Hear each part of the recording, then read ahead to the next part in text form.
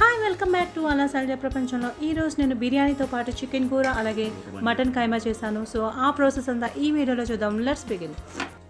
ఇప్పుడు stove on చేసుకుని దాని మీద బిర్యానీ వండుకునే పాత్ర పెట్టుకొని దాంట్లోని 1 టేబుల్ స్పూన్ నెయ్యి వేసుకొని 2 టేబుల్ స్పూన్ ఆయిల్ పోసుకొని అందులోని ఒక అనాస పువ్వు, ఒక దాల్చిన చెక్క, ఒక మరాఠీ మొగ్గ, 1 టేబుల్ స్పూన్ షాజీరా, ఒక బిర్యానీ ఆకు, 2 లవంగాలు వేసుకొని కొన్ని జీడిపప్పులు వేసుకొని బాగా వేయించుకోవాలి. ఇప్పుడు దాంట్లోని ఒక కట్ చేసుకున్న ఉల్లిపాయ, 2 పచ్చిమిర్చి వేసుకుని బాగా వేయించుకోవాలి.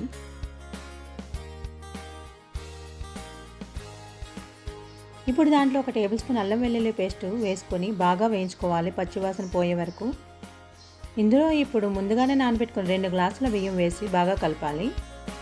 ఇప్పుడు దాంట్లో 1/2 టేబుల్ స్పూన్ పసుపు వేసుకొని 1/2 టేబుల్ స్పూన్ బిర్యానీ పౌడర్ వేసుకొని కొంచెం కొత్తిమీర వేసుకొని బాగా కలుపుకోవాలి. అందులో ఇప్పుడు 2 గ్లాసుల బియ్యానికి 4 గ్లాసులు వాటర్ పోసుకొని అలా బాగా కలుపుకోవాలి. ఆ తర్వాత దాంట్లోని రుచికి సరిపడా ఉప్పు వేసుకొని బాగా కలుపుకొని మూత పెట్టేసి ఒక 10 నిమిషాల పాటు కుక్ అవ్వనివ్వాలి. ఇది మామూలు రైసే, నెక్స్ట్ టైం బాస్మతి రైస్తో కూడా చేసి చూపిస్తాను.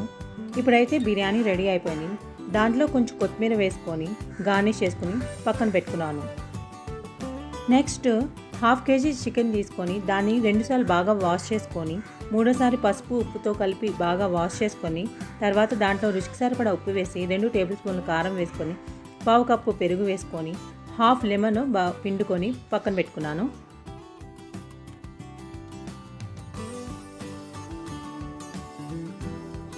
ఇప్పుడు దాంట్లో కొంచెం కొత్తిమీర వేసుకున్నాను. ఇప్పుడు దాంట్లోనే అల్లం, వెల్లుల్లి, ఉల్లిపాయ 3 కలిపిన పేస్ట్ వేసుకున్నాను. ఇప్పుడు మొత్తం ముక్కకంతా పట్టేలాగా బాగా కలుపుకున్నాను. బాగా కలుపుకున్నాక అరగంట పాటు మ్యారినేట్ అయ్యేటట్టు వదిలేయాలి పక్కన.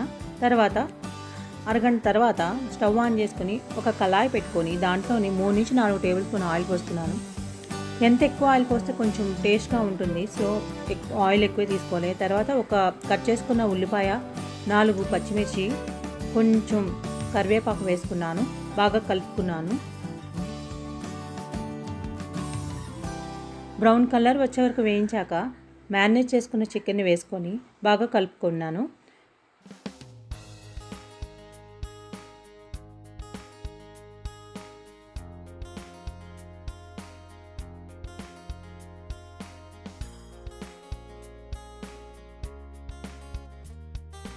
నీళ్ళు ఇంకిపోయే వరకు కూడా మగ్గనివ్వాలి. అప్పుడు నీ స్మెల్ రాకుండా ఉంటుంది. తర్వాత బాగా వాటర్ ఇంకిపోయాక అందులోని వాటర్ పోసుకోవాలి.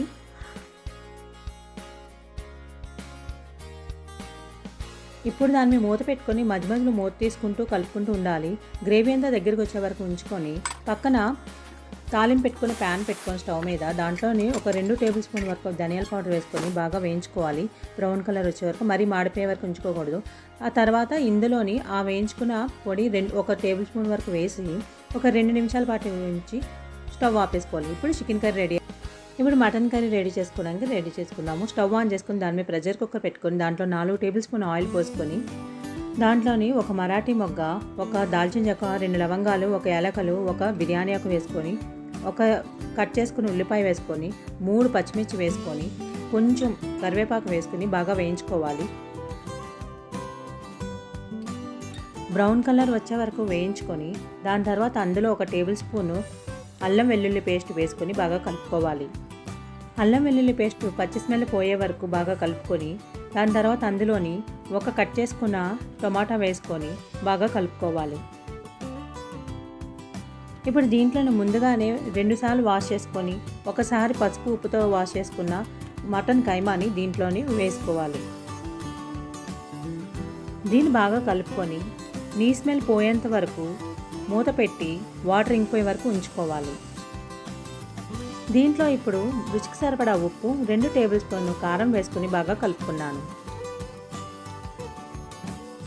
ఉప్పు కారము ముక్కకు పట్టే వరకు ఉంచి దాంట్లోని సరిపడా వాటర్ పోసి ప్రెషర్ కుక్కర్ మూత పెట్టేసి 4 నుంచి 5 విజిల్స్ వచ్చే వరకు ఉంచి తర్వాత స్టవ్ ఆఫ్ చేసుకోవాలి.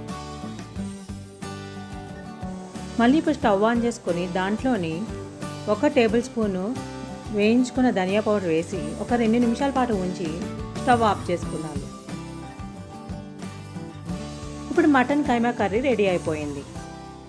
ఇప్పుడు రైతా తయారు చేసుకుందాం. దానికోసము కొంచెం పెరుగు తీసుకుని దాంట్లో కొంచెం వాటర్ పోసుకొని దాంట్లో ఒక కట్ చేసుకున్న ఉల్లిపాయ వేసుకొని 2 పచ్చిమిర్చి వేసుకొని ఒక తురిమిన క్యారెట్ వేసుకొని అందులో రుచికి సరిపడా ఉప్పు వేసుకొని బాగా కలుపుకోవాలి. ఇప్పుడు రైతా కూడా రెడీ అయిపోయింది. ఇప్పుడు పల్లెల్లో biryani, chicken curry, mutton keema curry వేసుకొని రైతా వేసుకొని తింటే చాలా చాలా టేస్టీగా ఉంటుంది. మీరు కూడా మీ ఇంట్లో ట్రై చేసి చూడండి. ఈ వీడియో కానీ మీకు నచ్చినట్లయితే లైక్ చేయండి, షేర్ చేయండి, అలాగే సబ్స్క్రైబ్ చేసుకోవడం మర్చిపోకండి. ప్లీజ్ సబ్స్క్రైబ్ చేసుకోండి. మరిన్ని మంచి మంచి వీడియోస్ మళ్ళీ మీ ముందుకు వస్తాము. Thank you.